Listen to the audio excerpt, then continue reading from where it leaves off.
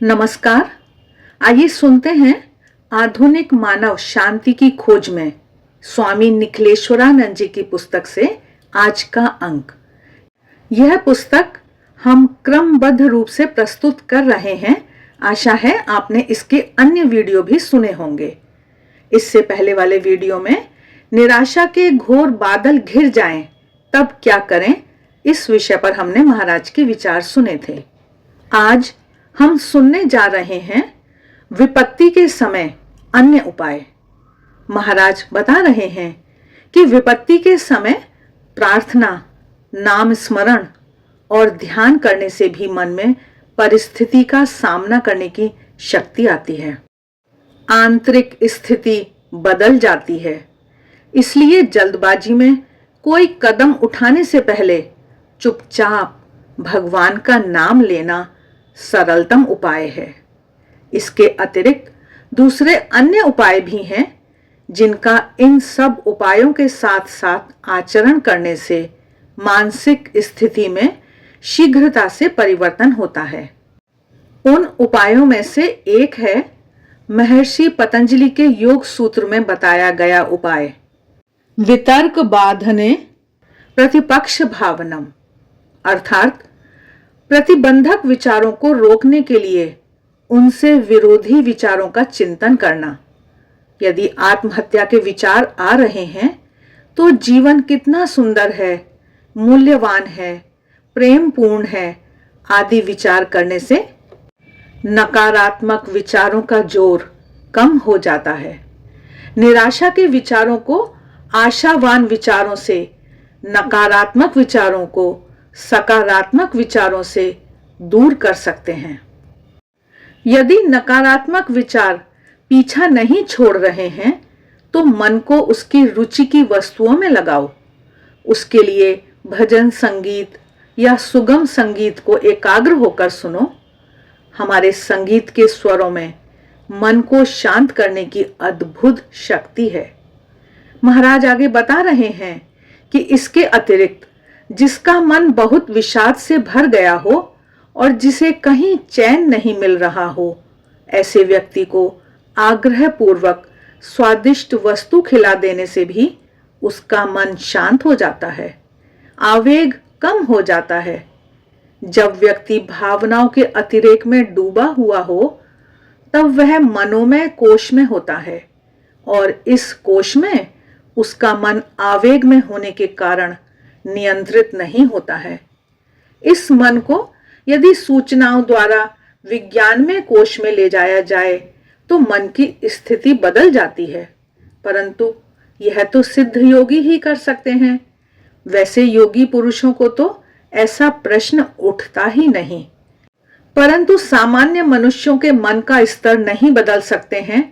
इसलिए यदि भरपेट भोजन करवाया जाए तो उसकी चेतना अन्नमय कोश में आ जाती है और भाव का अतिरेक दूर हो जाने से फिर वह स्वस्थता से विचार कर सकता है। इस प्रकार इन मुख्य और गौण उपायों द्वारा विपत्ति की स्थिति में मन को स्वस्थ कर सकते हैं। लेकिन एक बार विपत्ति चली जाती है तो दोबारा नहीं आएगी, ऐसा जीवन में होता नहीं है। विपत्तियां, कठिनाइयां तो आती रहती हैं, परंतु मन की स्थिति ऐसी होनी चाहिए कि कैसी भी परिस्थिति आए लेकिन मन अशांत ना हो, मानसिक संतुलन ना खोए। ऐसी मन की स्थिति प्राप्त करने के लिए क्या करना चाहिए? महाराज बता रहे हैं कि किसी भी परिस्थिति में व्यक्ति को विधेयात्मक भाव अपनाना चाहिए। जब सब कुछ खो दिया हो तब भी कुछ तो बच ही गया होता है, तब उस बचे हुए के ऊपर ध्यान केंद्रित करने से विचलित नहीं होंगे। गिलास आधा खाली है इस तरह देखने के बदले गिलास आधा भरा हुआ है देखें, इतना ही दृष्टिकोण बदलना है। इससे मन को आगे बढ़ने की शक्ति और हिम्मत मिलती है। विपत्ति के समय व्यक्ति को स्वयं में आत्मश्रद्धा जागृत करनी चाहिए। प्रत्येक व्यक्ति के अंदर दिव्यता सुप्त रूप से होती है, उसे जागृत करना ही मनुष्य का ध्येय है। स्वामी विवेकानंद का यह वाक्य प्रत्येक विपत्ति से मनुष्य को उबार लेने की प्रचंड शक्ति रखता है। मानव के अंदर स्थित दिव्य शक्ति को जागृत करने के बाद कोई भी समस्या उसे परेशान नहीं कर सकती है। इसलिए मनुष्य को हमेशा याद रखना चाहिए कि उसमें स्वयं में महान शक्ति विद्यमान है। इस शक्ति से अनजान होने के कारण ही उसे परिस्थिति का सामना करने से डर लगता है। इस संदर्भ में स्वामी विवेकानंद सिंह के बच्चे की कहानी कहते हैं। एक सिंहनी जंगल में से गुजर रही थी। तभी वहां से भेड़ों का झुंड जा रहा था। सिंहनी ने रास्ता पार करने के लिए छलांग लगाई, तब उसके पेट का बच्चा गिर पड़ा। सिंहनी रास्ते के उस पार गिरी और मर गई। वह बच्चा भेड़ के झुंड में बड़ा होने लगा। वह भेड़ की तरह ही घास खाने लगा, भेड़ की जैसी ही आवाज करने लगा। एक दिन एक सिंह वहां से गुजर रहा था।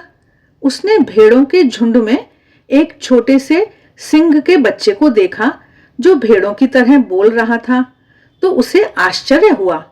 वह बच्चे के पास गया और कहा, तू सिंह है, फिर भी तू भेड़ की तरह बै बै क्यों करता है?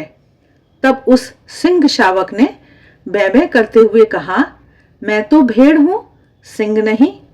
बड़े सिंह ने उसे बहुत समझाने का प्रयत्न किया, तब भी वह नहीं माना।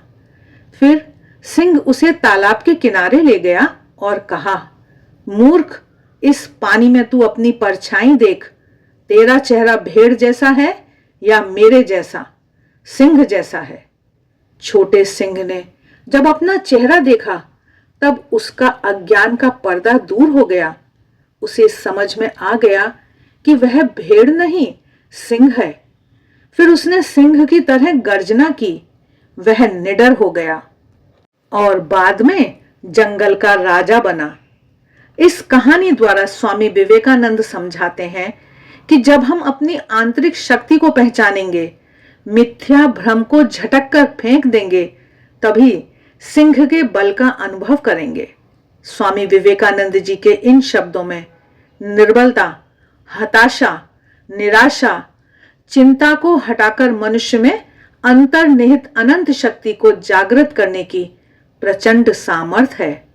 वे कहते हैं, तुम तो ईश्वर की संतान हो, अक्षय सुख के अधिकारी हो, पवित्र और पूर्ण आत्मा हो। अरे ओ पृथ्वी की दिव्य आत्माओं, तुम पापी। मनुष्य को पापी कहना ही पाप है। मनुष्य की प्रकृति को हमेशा के लिए लांछन लगाने जैसा है।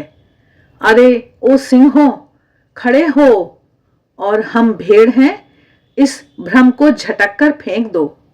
तुम तो अमर आत्मा हो, मुक्त हो, नित्य हो। तुम जड़ पदार्थ नहीं हो, शरीर नहीं हो। जड़ पदार्थ तुम्हारा दास है, तुम उसके दास नहीं हो। मनुष्य के अंदर विद्यमान आत्मशक्ति को जागृत करने को विवेकानंद आह्वान करते हैं। फिर आत्मशक्ति हताशा और निराशा के घनघोर बादलों को नष्ट करके मनुष्य को चिर शांति के प्रदेश में ले जाती है। स्वामी विवेकानंद जी कहते हैं, कोई भी जीवन कदापि निष्फल नहीं हो सकता है। संसार में निष्फलता जैसी कोई वस्तु नहीं है। भले सैकड़ों बार मनुष्य स्वयं को हानि पहुंचाए, भले हजारों बार ठोकर खाए, परंतु अंत में उसे अनुभूति होनी ही है कि मैं स्वयं ईश्वर स्वरूप हूं। आज के लिए बस इतना ही। आशा है आज का यह अंक आपको अच्छा लगा है। आप सभी की मंगल कामना के साथ नमस्कार।